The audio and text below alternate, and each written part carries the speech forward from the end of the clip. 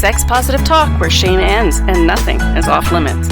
Brought to you by Advocating for Sex Positive Education and Consent Culture, EmpoweredHearts.com, and GTFORadio.ca. I'm your host, Angel, queer fembe, sexuality educator, and sex coach. So Shannon, welcome back, everybody. This is Sex Talk. We're here to continue this conversation. If you didn't listen last week, you're going to want to pause here and go back and listen. Shannon introduced us with a very thorough introduction, so thank you for that, to the concept of being present and how we can tie that presence into just a profound experience with another person.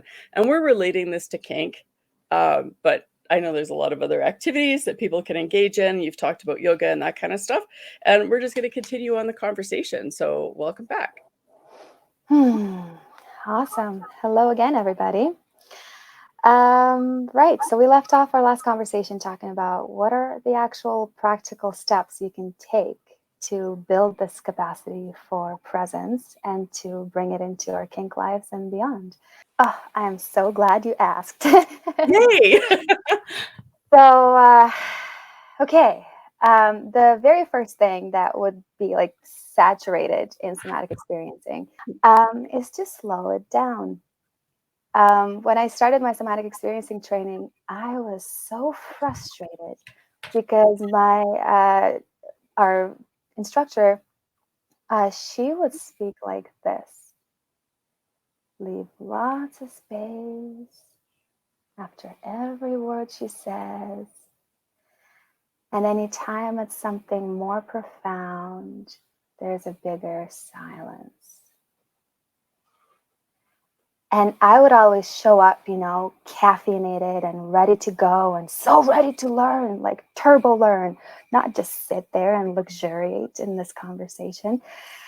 And it took me so long to overcome just the aggravation with the slow pace. And over time, I learned that it served a purpose, because our minds can fly a mile a minute. And they do, especially considering how prevalent stimulants are in society, starting with caffeine. And I have actually since quit caffeine, which has been a ridiculous journey that we can get into on a different conversation. But our minds are constantly in just this rush, but our bodies are ancient animals and they have their own pace. And if you take it as truth that presence is when your mind and your body are in the same place, then slowing it down really allows for you to hear your body. And we started talking about boundaries and kind of peeking in and out of this conversation about how do you assert yourself? Well, first of all, you need to feel yourself. You need to sense yourself. You need to remain tethered to your body. And the way you do that is by slowing down to its rhythm, to its level. And that doesn't mean you always have to stay here. So for anyone who's enjoying, like rough, fast sex and enjoys the intensity of it and all of that, you can still have that. But in order for you to develop this like steady anchor in your body, you first have to learn how to hear it. So pull it back a bit, slow it down until you can hear and feel all these little signs that your body is constantly sending you. And it will be that much easier for you to then go into all of these rich, fast, intense experiences because you will remain tethered. And there's actually so much more to be gained as well. So slow isn't actually the opposite of intense, because you can have a slow experience that's so, so rich. Because if you consider like the vastness of the ocean, and there's a lot of water, and just the sheer volume of water is intensity, just like the surface area of it is intensity. And that looks beautiful and it's impressive. It's great to see from space when you're flying over an ocean. But if you were to be on that shore and to just peek in and to see, like all the life in there, all the rocks and all of the plants and the teeny tiny fishies and, sea urchins and whatever, like if you just take a moment to really like gaze into the depth of it, it's just so much richer. And you might find that as impressive as this whole surface area of the ocean is, in like this 1 square meter of space right by the shore, that might be a much richer experience because there's more to it. There's more layers. There's more dimension to it, you know? And so if you hear me talking about getting slow and you have this aversion, first of all, I hear you. It took me months to overcome it. Yeah. But second of all, And it if is, you're someone who's experienced like a ton of trauma, it can take years. So like be patient with yourself and just keep remembering that connecting with your body is sometimes scary, but it is so rewarding. yeah. And it's especially if you have been through a lot of trauma, because a lot of the time when we're stuck in circumstances that don't allow us to escape, so that's how we end up with trauma, is when the cycle of threat and resolution doesn't get completed. And over time that gets compounded, and here you are now you're traumatized. Like you have trauma that continues to fuck with your life. And especially if you've been through that, your body will continuously give you cues and signs of discomfort. It'll be like, hey, we've been mistreated in this way, or hey, I'm finding this threatening and that threatening. And we spend so much time dissociating from the body's cues because we've already gone through the trauma. We already fucking did that and it sucked and we don't want to do it again. So remaining in touch with our body makes us feel like we're still in the battleground of the trauma, like we're still in the crime scene. And that can be it can carry that can feel really heavy, and it's not surprising that we wouldn't want to be there. However, the doorway to pleasure is still through embodiment. The doorway to healing is still through embodiment. And what I found, like in various types of therapy that I've received as a client or a patient, is that a lot of these things are actually not as big to feel if you give them space. Like you might have like a sob fest for an hour, 3, 5, but there's this feeling that if I let myself feel, I'm going to be there forever. I will never come out. It's this quicksand where I'm going to get pulled down and I'm going to be enveloped and nobody's going to find me. Nobody's going to come and get me. And I'm just going to be there buried. And trust me, you won't. The word emotion comes from Latin, I think, emovere, which literally means to move out. Not just to move, but to move out. When you experience something and you say, oh, I'm not going to let that affect me, the fact that you said that means you're already affected. You didn't block its way in, you actually blocked its way out. So the only way through your emotion is through it. And I remember seeing this meme. It was like this little stick person hanging onto a branch of the tree, and they look visibly scared. And the caption is, let go. The ground is not as far as you think. And the second caption, the second like picture of the same meme is that the person was actually just like a foot above the ground. And yes, trauma can be earth-shattering and huge and immense. And you are so much bigger than that. You just are. And constantly neglecting your body is actually what keeps you in that experience longer than you need to be. And little by little, just feel it. Let it through, let it out. And if you can, pick someone that can hold space for it, because we're built for processing and connection. And sometimes holding space means just being there. I think people misunderstand holding space as being able to fix what's going on, and that's not, there's nothing to fix. You just need another human to bear witness, basically, and Exactly. be there for you. Yeah. And you emoting is enough of an experience in an interaction. Like you don't have to like even come to it with like the guilt of, oh, but I'm going to be really sad and I'm probably going to cry a lot and I'm going to be a bummer, and I'm going to have to like kind of check in with you and see if it's still okay for me to keep crying and all of this. Like, no, you can just have a person be there for you while you fall apart. I've shown up at my bestie's door and just sobbed on her kitchen floor for 5 hours, and she would just sit next to me and just pet me. And there was, I think often really hard for us to give ourselves permission to feel when we're alone, because there's also that worry that I'm going to disappear into the quicksand and there's no one around me to pull me out. So this other person can literally just be there. So you know that if you get into your quicksand, somebody's hand is going to be there for you to grab. And that's it. And that's enough. That's enough. Like, it's okay. I used to teach children English when I lived in Europe, and we would often talk about this thing where, like, all the kids are really fine, like they're fine, they're playing and they're doing a thing, but then as soon as their parent shows up, they fall apart. Like, they're playful and fun and whatever, but then their parent shows up and they start sobbing and acting out. And at first, I really didn't understand that, but later I came across some information that it's actually safety. Even kids go through their day and they're kind of like putting on a bit of a show and acting a human, if you will, and they're Mhm. trying to like be in the world, and then all of a sudden their safe base comes around, and they're free to let go, and they can actually like emote, and they can fall apart, and all the frustration and all the incongruencies of the day can really hit them, and they know they're in a safe environment to let it. It's And one of the so reasons why it's so hard to reconcile the school experience with the home experience when you're trying to get a child diagnosed with autism or ADD. Their meltdowns happen at home more often than at school. yeah.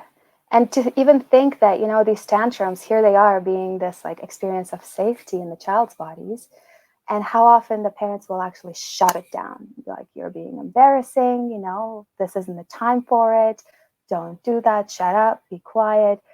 And we learn to shelter ourselves even from safety at that point. Because then you go, when I feel safe enough to be vulnerable, that's shameful. That's guiltful. That means I'm a piece of shit. So I will never do that again. And as adults, we kind of have to reframe a lot of these pieces of ideology we've picked up from our parents and our cultures and our friends and the people we've dated, and recognize that a lot of them were just passively received and never really actively sorted Yeah. and decided whether or not you want to keep them. And so as an adult, you get the pleasure of being like, oh, actually, that's not what that means.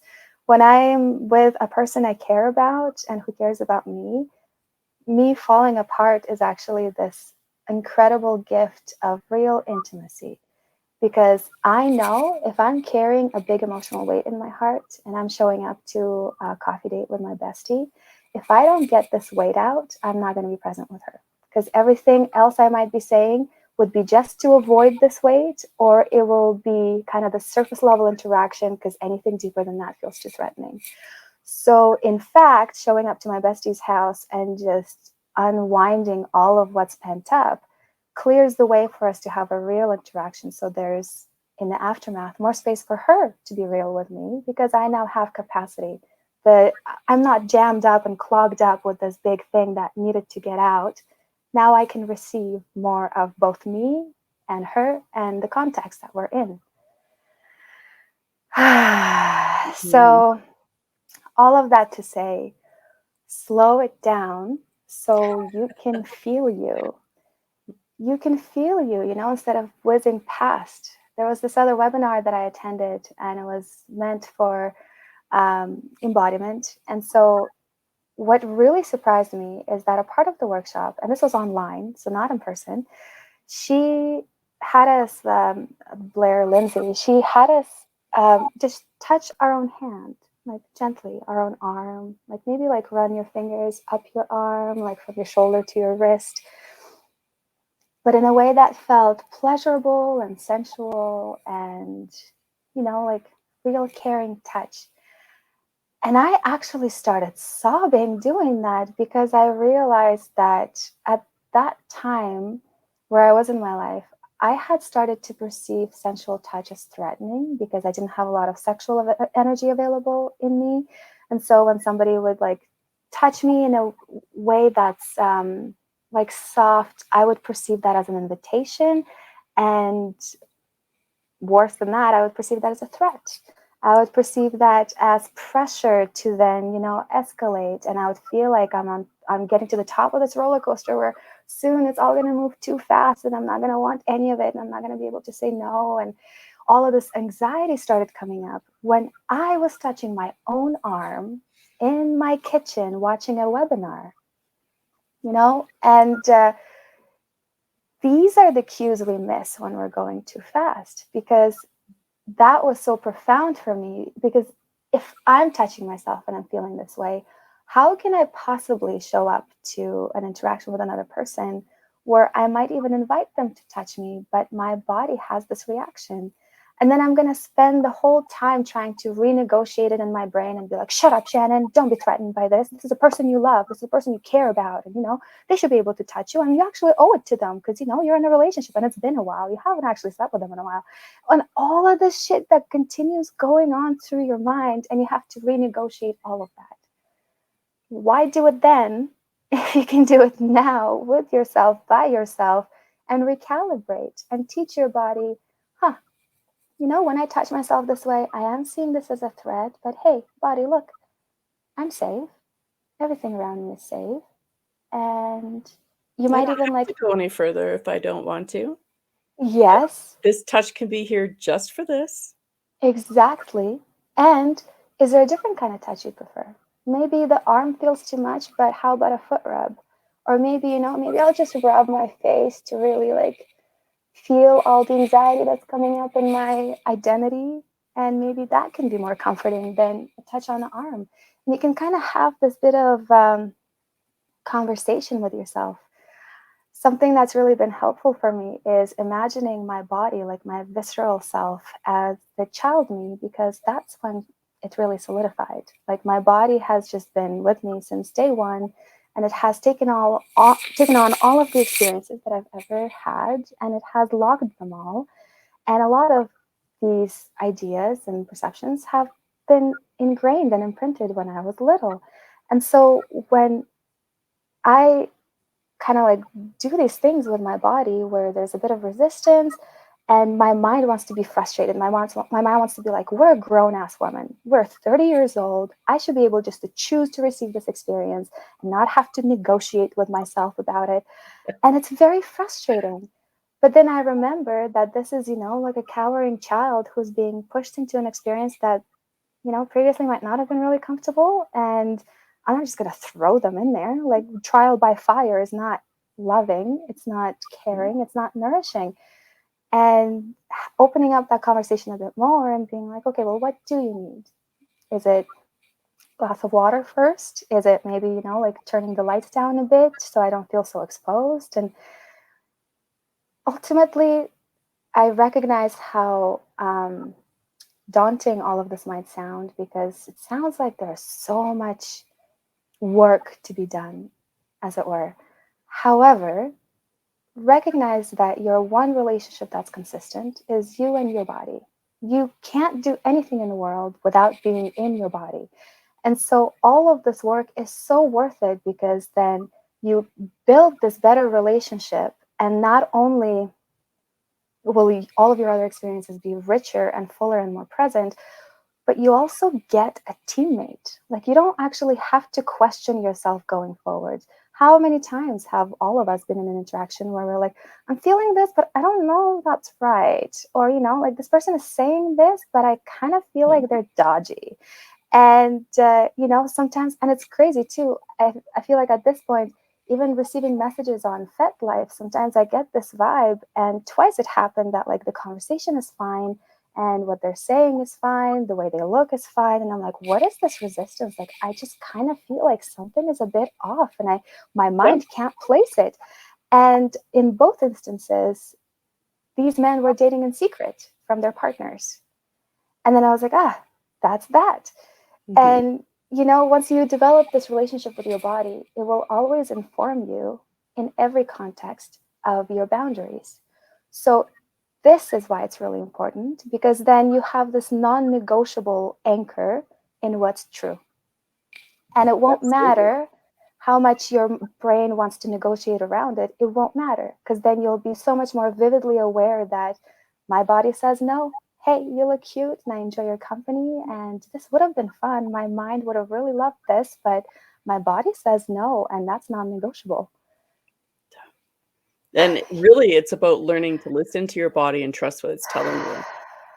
And Yes. I think we spend a lot of time being told that we're wrong when we listen to our body. So we can recapture that. Yeah, Man, I love your brain. exactly. I just love your brain. I really do. So Yay. slow down, get used to the messages your body is sending, and listen Yes. to what your Mhm. body is saying and recognize it as truth. Exactly. And maybe also learn that there's kind of this like vertical intensity where, like, getting paddled or flogged or whatever, like there's this vertical intensity. But there's also horizontal intensity of like how present you actually are. How rich does this experience here feel? Instead of like, turning up the dial on how hard you're being spanked, you can turn up the dial of how much of you is receiving the spanking. Is it just your ass, or do you actually like feel it like in your solar plexus? Do you feel it like as a ringing in your ears, or like as a warmth spreading down your legs, or just how much of you is present right here in like breadth rather than, this vertical intensity, if that makes sense. We need to find a way to measure this, like, scientifically, because I've been Yeah. trying to explain subspace to people, and I always get the argument, there's top space too, and there is, but top space doesn't include the physical sensations. It's Hmm. mirroring, it's almost hypnotic because you're so focused on your person and how they're reacting, and you're trying to respond in a way that helps them build in these waves so they can expand horizontally, to steal your phrasing. I love Hmm. that. Yeah. But it's not the same as the person who's also receiving the sensations. Like, they're different Yeah. experiences. Of And course. the way you've just explained it is just so beautiful. If we could measure this, I think we would oh, I'm just so excited. I just have all these ideas now for actual research. We need to get in touch with somebody who's a neurologist and wants to do some Hmm. fun research. Let's do it. But there's also, like, with enough invitation to develop our internal awareness, you can also use self reporting. Because, for example, when I used to teach yoga, a way that I would start my classes often would be like, if you were to imagine the outline of your skin, like the container of your body, as kind of like a battery almost, like how much of you is really here? Like, is it 30% of you and the rest of you is in the past or the present or the future, sorry, or in the conversation you had with your boss or your friend or something you're about to do, what you're going to get? Is it at 40%? Are you barely here? Are you like at 3%? And the reason why we do this isn't to like shame you right off the bat or anything, but inherently asking that question makes you more present, because then you have to first of all sense your body, and then you have to sense how much of you is within your body. And at the beginning you'll name whatever, like either you're at 5% or 60% or whatever, but just the act of doing that and then sensing your body in space and then taking some deep breaths and knowing that wherever you are, it's fine.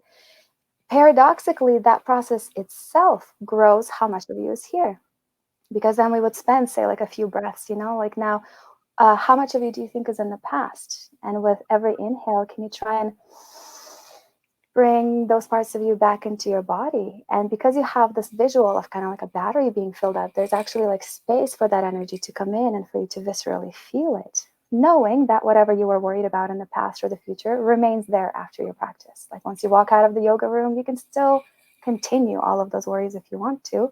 But just for this 1 hour, like let's be here, because the more here you are, the more you get out of this class. Like I don't want to teach a whole class to like people who are 3% here. I mean, I do. I still would, and I still would love you.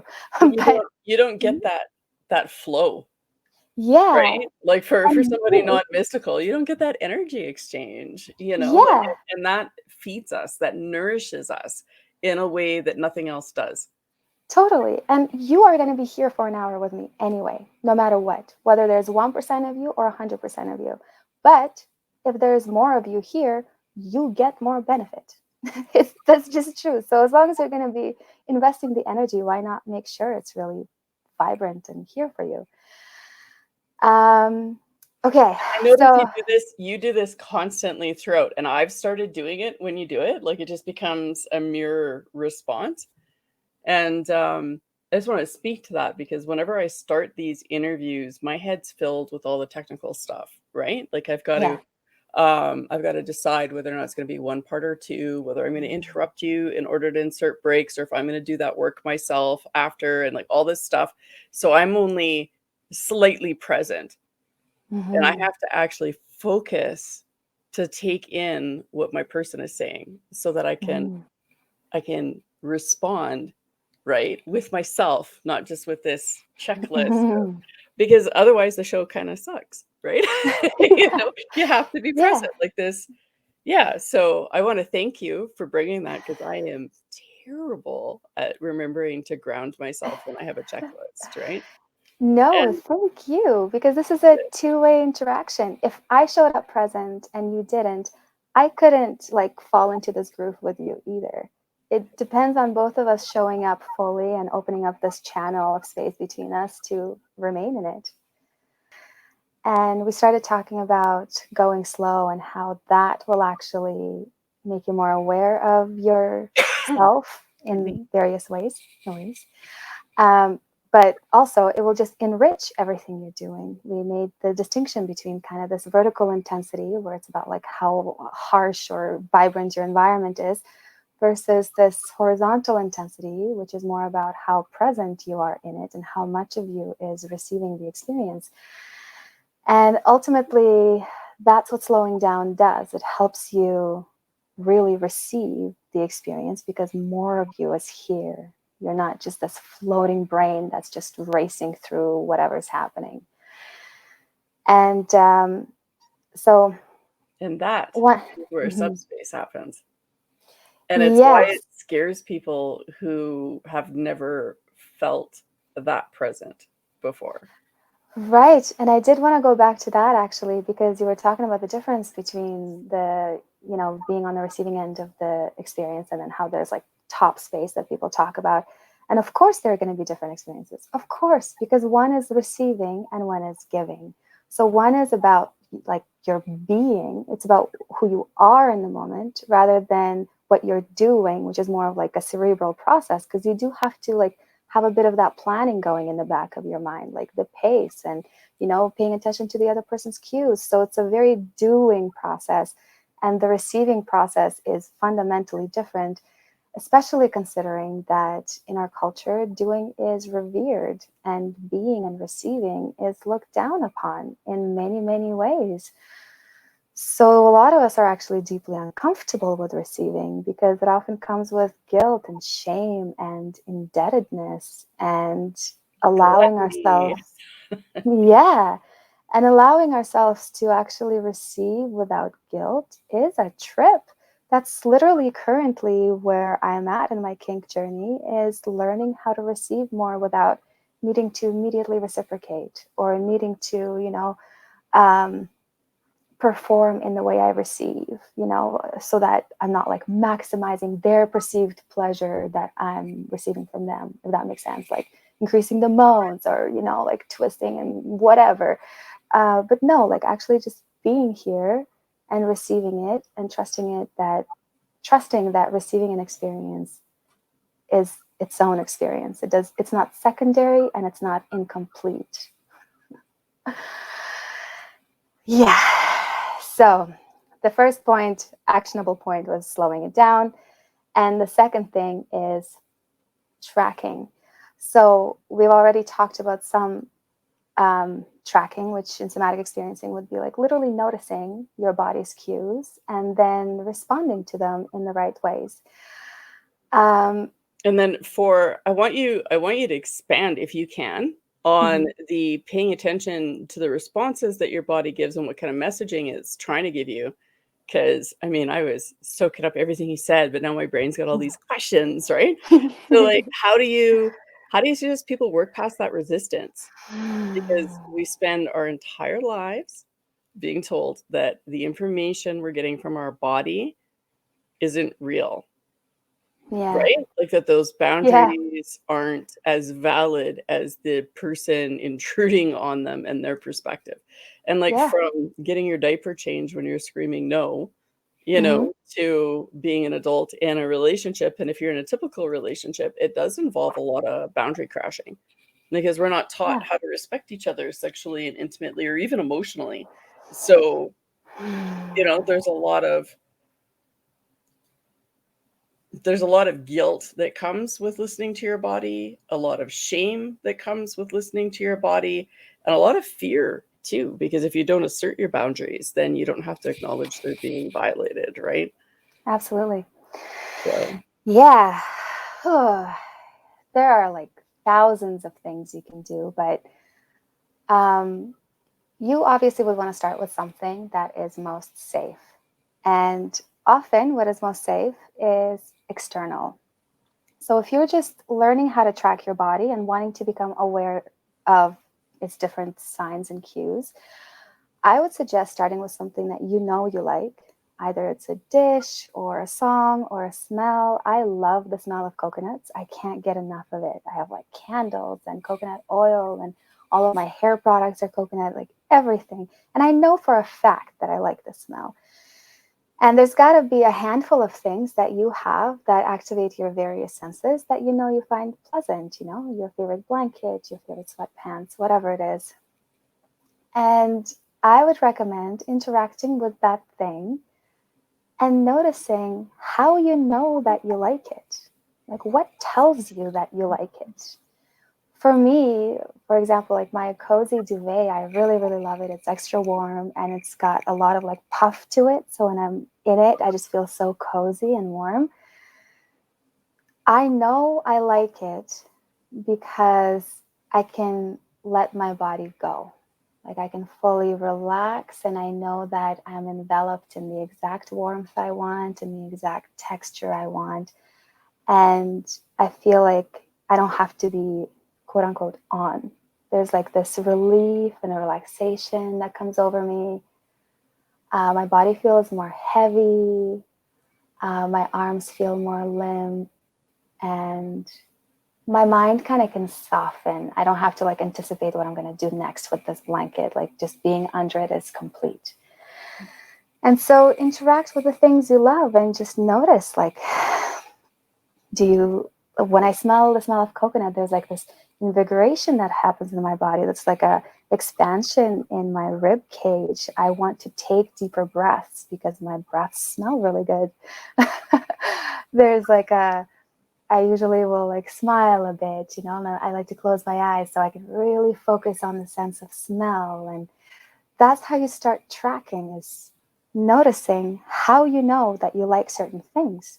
Because we often will focus on like the threatening things, like a lot of the dating advice and kink advice also is, really be really clear about what you don't want, like your, hard nose and your hard limits. And sure, that's important.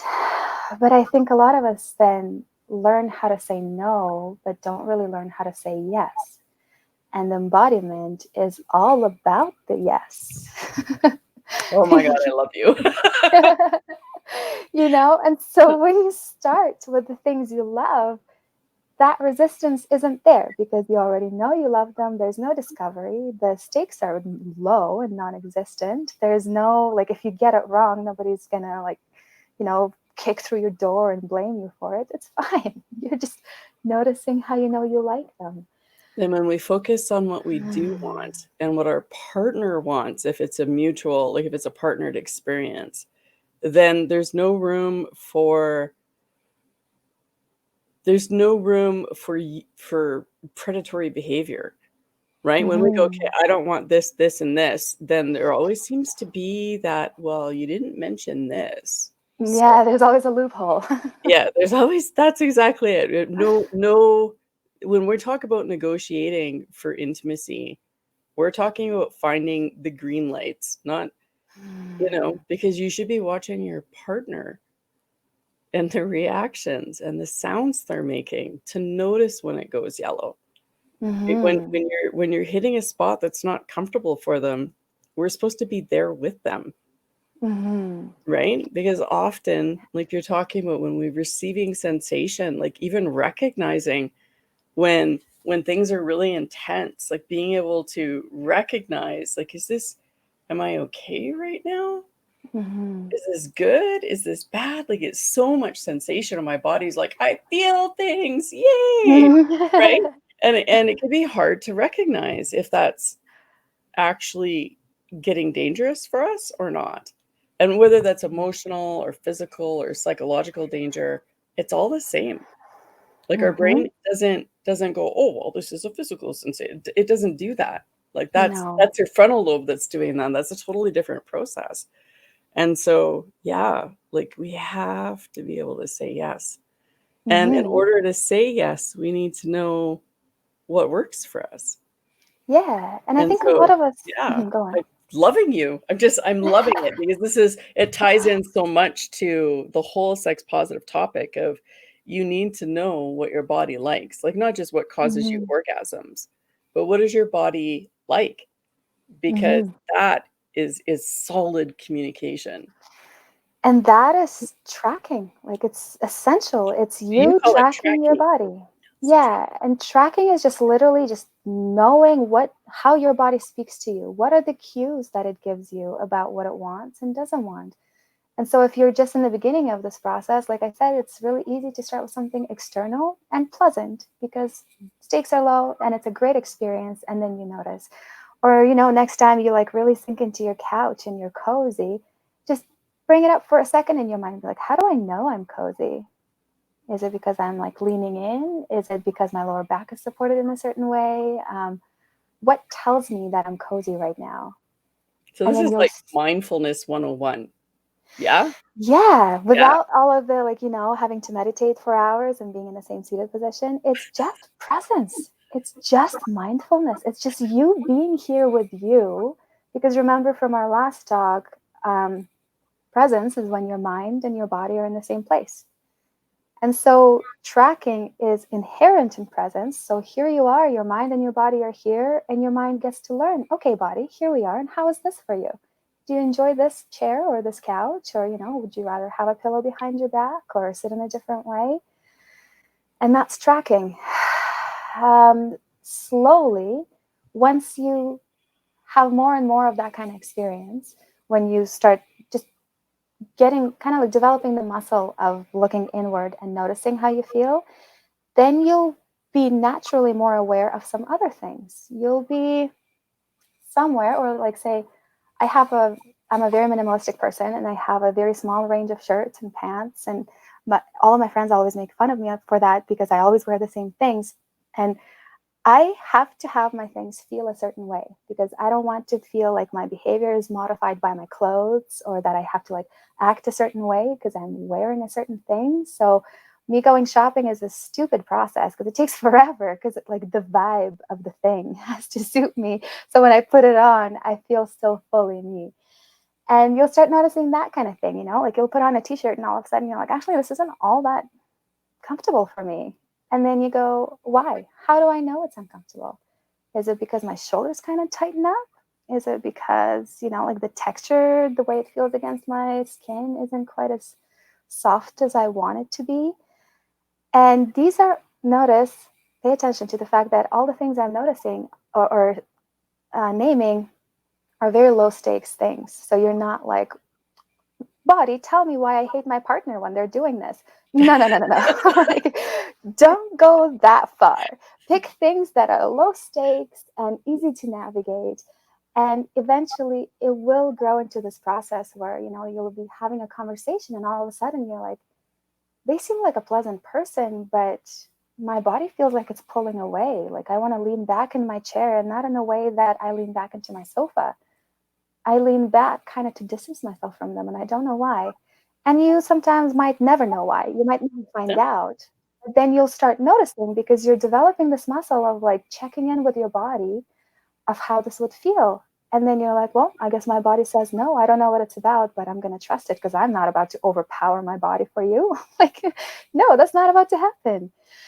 I just want to Uh, speak to something that can come up for people who aren't used to having that kind of mindfulness. Because I know when I started healing from trauma, you get more and more in your body as you heal. It's like or you get mhm. more and more in your body, which helps you heal. But it's like a nice little cycle that just one feeds the other.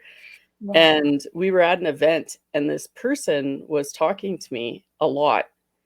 And I said to my partner, I can't tell if I'm repulsed by him or attracted to him, because I Mm. was at that stage where I'm starting to become aware that my body's having a reaction, but not at the stage where I can recognize what the message is. And so like Mhm. that kind of thing really opened me to exploring some of the messages we have about what is attractive, right? If hard Totally. romances, like society, movies, everything teaches us that ickiness that a person can send to our psyche that we recognize subconsciously, right? Our body will alert us to it, but we are actually taught that that might be attraction, Yeah. right? Because you Yeah. feel something. So obviously it's got to be a good thing, right? Because we're not allowed to dislike people, especially And it not people showing an interest in us, right? totally. Yeah. And yeah, that's it. And he turned out to be a predatory sort of person. So like, Mm. but just verbalizing that to someone that I don't know what this message means helped me, one, to pay more attention to my body, and two, it allowed the part of my brain that doesn't usually tell me messages to send messages about what I was noticing. So I picked up on all these little microaggressions that this person Mm. had, and I was able to go, oh, isn't that interesting? So I find boundary pushing might Mhm. trigger a thought that I think I'm attracted to the person. Huh. Yeah. Right? And then That's from so there, I was profound. able to have a healthier relationship with the messages my body was sending, right? Wow. That is so profound. You're It right. was it was it was like a yeah, it was a changing point in the way I perceive the messages that my body sends. So Mhm. now when I get a strong message, I know to take time to not assume that that's a person I need to interact with. Like this might be a warning. Yeah. And we kind of talked about this a bit last time where, some things are unnecessarily coupled in our brains. And for myself personally, I had fear and love coupled just based on how I was raised. Because, my parents also gave me a lot of messaging around like how, well, we're making you afraid of this because we love you, because that's what keeps you safe. And I used to pick partners subconsciously where I was always afraid for their well being because they were self destructive in some way or another. Because I just had this pattern where fear comes with love and love comes with fear. And even though they weren't abusive towards me ever, the fear was still present. It just wasn't for my well being, it was for their well being. And I used to, and I still do love traveling, but then my bestie and I kind of sat down and talked about it because she also likes traveling. And when I was discovering that fear and love are coupled inside of me, and I was like, oh my God, um, I think that's also why I love traveling, because it is fearsome to be somewhere by yourself with no safety net, nobody you know, often in a place where they don't speak your language, but then I'm invigorated by it. And we started talking about all of these things. And it was funny because weeks prior to that, we did this exercise where we printed off a bunch of cards, and they were like value cards, and we were placing them into like important, not important, somewhat important. And both of us placed safety as not important at the time. And we kind of noticed that, and we were like, huh, what's that about? Considering that safety is so fundamental. And it grew into this whole conversation about how we didn't get to allow ourselves safety throughout most of our lives because it wasn't an option. Like we couldn't choose to have safe parents. We couldn't choose to have safe, schooling. Like I was bullied in school at some point. So safety was not a choice often. So we've learned to, and I've learned to detach myself from how important I find safety. Mhm. And so, considering that in somatic experiencing, like safety is fundamental, like nothing happens if you don't feel safe, it was just a big eye opener for what we find attractive and pleasant. And as we talked about last time, Sometimes we recreate these traumatic patterns and they become familiar and they become attractive because they're familiar, because there's this like false safety that familiarity creates. It just because it's predictable. You kind of know the outline of this interaction. And that makes it desirable because you're like, yeah, I've been on this roller coaster. I can take it again. It was thrilling when it was thrilling. When it was bad, but that's okay. I'll do the thing for the thrill because I'm learned to be attracted to it. And Yeah. so, folks listening, like, stay tuned. There's gonna be another piece to this discussion because it's just simply not done, Mhm. right? So to everybody listening, tune in again. This is Sex Talk.